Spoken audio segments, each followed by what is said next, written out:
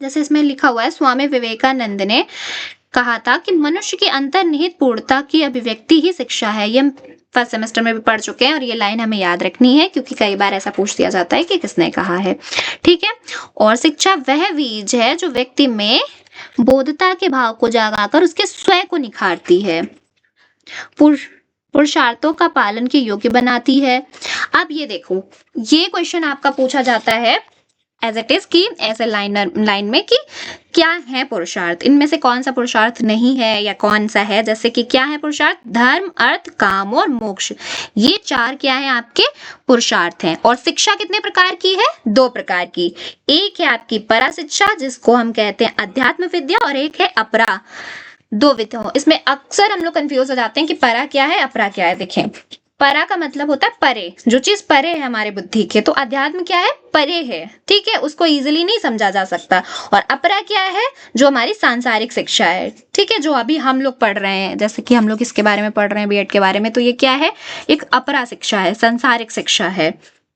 कुछ ऐसा इंपॉर्टेंट है नहीं जो आपके पेपर में आए, यहाँ पे याद रख सकते हैं। गीता में भगवान श्री कृष्ण ने गुरु शिष्य परंपरा को परंपरा प्रापम योग बताया है। ठीक है, और गुरु एक मशाल व शिष्य प्रकाश है। ये सिर्फ एक लाइन है जो कि अगर हमारा रिटन पेपर होता, सब्जेक्टिव होता, तो हमारे लिए इम्पोर्टेंट थी, बट ऑब्जेक्टिव के हिसाब से इतना ही कुछ हमारा इम्पोर्टेंट है। और क्या, ये लाइन आपको याद रखनी, प्राचीन शिक्षा प्रणाली व्यक्ति के सर्वांगीण विकास पर ध्यान केंद्रित करती थी। मतलब आपका शारीरिक विकास भी हो, मानसिक विकास भी हो, आध्यात्मिक विकास भी हो। ठीक है, अभी हम क्वेश्चंस भी करेंगे। और फिर है आपका राष्ट्रीय शिक्षा नीति 2020 एवं भारतीय ज्ञान प्रणाली किस तरह एक दूसरे से कनेक्टेड हैं। ठीक है, इसमें कुछ चीजें हैं जो आपको इम्पोर्टेंट हैं।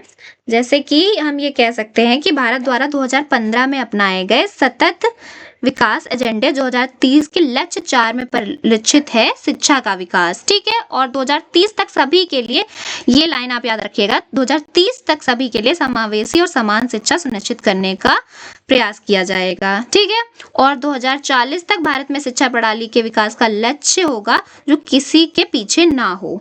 ठीक, और इसके साथ साथ क्या होगा, सांस्कृतिक मूल्य भी बरकरार रखे जाएंगे। और ये तो हम जानते हैं कि जो हमारी 2020 एनईपी आई है वो 21वीं सदी की पहली शिक्षा नीति थी भारत की। ठीक है, और वैसे तीसरी है।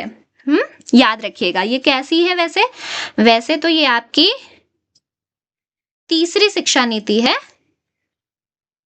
3rd शिक्षा नीति है, पर 21वीं सदी की आपकी पहली शिक्षा नीति है, जिसमें हम ना रटकर नहीं, आगे हम पढ़ेंगे अच्छे से एनईपी के बारे में, क्योंकि एनईपी से बहुत क्वेश्चन बनते हैं, जिसमें रटकर नहीं समझकर पढ़ने पर जोर दिया गया है। इसको डिटेल से पढ़ेंगे हम अगले चैप्टर में। अब हम कर लेते हैं कुछ क्वेश्चंस। सॉरी, इसमें टिक लगा हुआ है, अगली बार से बिना टिक के क्वेश्चन नहीं मैं आपको दिखाऊंगी। जैसे किस दृष्टिकोण से मानव जीवन सरल हो गया है, तो क्या है, इसमें क्वेश्चन आपको लग रहा होगा शायद दोनों है, लेकिन क्या है, वैज्ञानिक आविष्कारों के कारण क्या हुआ है, हमारा जीवन तो सरल हो गया है, लेकिन क्या है, हम अपने संस्कारों से, अपने मूल्यों से पीछे रह गए हैं, अनैतिकता आ रही है हमारे अंदर। लेकिन अगर हम पूछेंगे जीवन सरल हो गया है, तो वैज्ञानिक आविष्कारों के कारण ही हुआ है। और मानव जीवन में ह्रास दृष्टिगत होता है, वो क्या है, अभी हमने बताया ना, वैज्ञानिक आविष्कारों के कारण जीवन तो सरल हो गया है, लेकिन क्या हुआ है, नैतिकता का दृष्टिकोण हमारा कमजोर हो गया है, ह्रास मतलब कमी आ गई है, और आध्यात्मिकता के भी दृष्टिकोण में कमी आ गई है। सामाजिक समस्याएं जो चिंता का विषय बनी है, तो सारी ही हैं, आतंकवाद भी है, और सॉरी मैं आपको टाइम नहीं दे रही हूँ ना बोलने का, कि आप भी सोचें क्या है, तो ये सभी ही आपकी क्या है, समस्याएं हैं। मैंने कहा था नहीं, क्वेश्चन एकदम ऐसे आया हुआ है, भारतीय संस्कृति, और पेपर में भी आया हुआ है, भारतीय संस्कृति किन कारणों से त्रिवेणी कही जाती है, तो क्या है, वेद के कारण से भी, योग के कारण से भी, और तंत्र के कारण से भी। ठीक है, यानी हमारा आंसर सही हो जाएगा ये सभी। हम अपनी प्राचीन परंपराओं और मान्यताओं को किस प्रकार जीवित रख सकते हैं, देखिए 4 ऑप्शन है। भारतीय चिंतन में निहित बातों को समझना, भारतीय विविधताओं को सम्मान देते हुए इनमें एकता स्थापित करना, तो हम एक दोनों ही कामों से अपनी जो परंपराएं और मान्यताएं उन्हें जीवित रख सकते हैं। अगला है हमारी भारतीय ज्ञान परंपरा का समय है। ठीक है, तो वो क्या है, 1000 वर्ष पुराना है, हजारों वर्ष पुराना है। हम भारतीय एक बार पुनः विश्व गुरु बन सकते हैं अगर हम ज्ञान परंपरा का अध्ययन करके, आधुनिक विज्ञान प्रबंध सहित सभी क्षेत्रों का अध्ययन करके, या दोनों चीजें। तो हम अगर दोनों चीजों को कोऑर्डिनेट करेंगे तो हम क्या करेंगे, फिर से विश्व गुरु बन सकते हैं। हम अपनी ज्ञान परंपरा को बचा सकते हैं। तो कैसे बचा सकते हैं हम अपनी ज्ञान परंपरा को? भारतीयता को अपनाकर, मानसिकता को बदलकर, वेद मूलक शिक्षा से प्रेरणा लेके। ठीक है, वेद मूलक शिक्षा पढ़ने नहीं लगना है, उससे प्रेरणा लेनी है। वो जो चीजें हैं, जो अच्छी चीजें हैं, उससे हमें अडेप्ट करना है।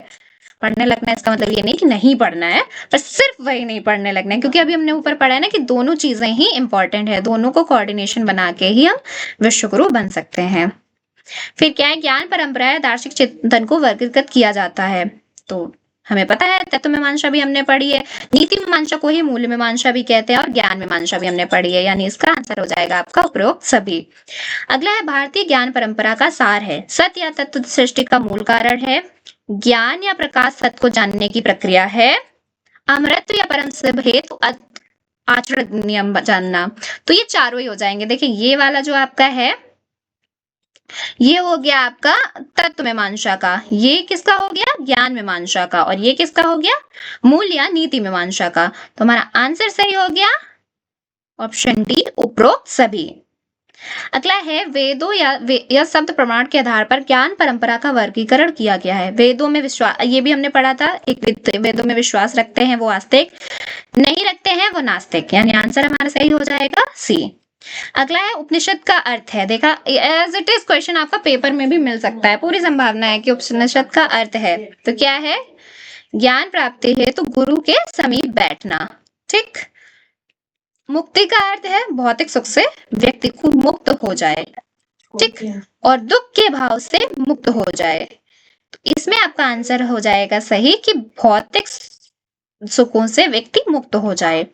भारतीय ज्ञान परंपरा के द्वारा विश्व कल्याण हो सकता है, इसके लिए आवश्यक है, तो इसके लिए तीनों ही बातें आवश्यक हैं। वेदों का अध्ययन किया जाए, उपनिषदों का अध्ययन करें, और हम ऋचाओं का भी अध्ययन करें। तो इसमें आपका आंसर सही होगा डी। ठीक। और भारतीय ज्ञान परंपरा के मुख्य निर्धारक शब्द हैं, परंपरा के मुख्य निर्धारक हैं। तो एक तो शब्द भी है और प्रमाण भी है, यानी हमारा आंसर इसमें सही हो जाएगा ए और बी दोनों। इस तरह से हमने आज फर्स्ट चैप्टर अपना कंप्लीट कर लिया है। और अगर आपका कोई भी फीडबैक है इसके लिए तो प्लीज कमेंट करके जरूर बताइएगा, जिससे हम ये पूरे चैप्टर और अच्छे से सिलेबस कंप्लीट कर सके। अगर कोई कमी रही है तो प्लीज बताइएगा, तो मैं उसे सुधार सकूं। बाकी प्लीज चैनल को सब्सक्राइब कर दीजिएगा, वीडियो को लाइक एंड शेयर कर दीजिएगा अच्छा लगा हो तो। ठीक है, और हम अब करेंगे अपना अगला चैप्टर 2, जिसमें हम वैदिक शिक्षा के बारे में पढ़ेंगे, वैदिक शिक्षा प्रणाली के बारे में पढ़ेंगे, और इस तरह से ही हम अपने सारे चैप्टर्स को कंप्लीट करेंगे। Thank you for watching, take care, जय हिंद।